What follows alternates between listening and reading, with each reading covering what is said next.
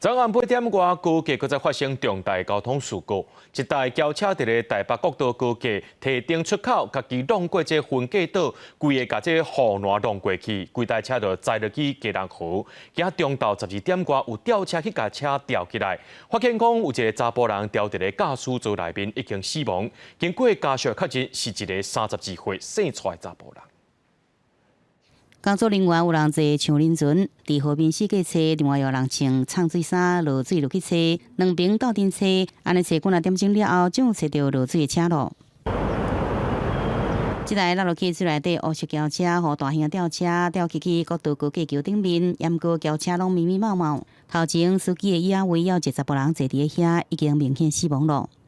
吊上来的时候，那车体的受力是蛮严重，那有蛮严重的变形，就是驾驶室有溃缩的状况，所以我们花了一点时间去将那个车体去做破坏，才把患者救出来。 这事故是32岁四川死者，二八暗时8点外开伫十字架5股的高架桥，开到国一高架北向19公里，伫提顶出口10度是去控制弄到分隔岛，冲过护栏，连人险车对6站楼悬的高架桥顶落落去基隆河，家属2到早起到现场，真着急等待，经过指定了后，确认这开车的人就是一名无转来失去联络的亲人。 车辆于13时19分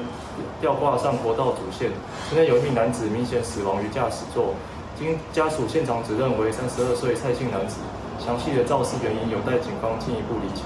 死者平常时是台北新竹两边通勤，当时对新竹下班，正要等去厝的，那并车落落去，是车辆故障、超速开车、疲劳开车、身体出状况，也是有其他原因，这拢有待检方来小验，加相关单位调查。验过性排毒、人这方面的因素，这个路段设计是毋是有什么缺失？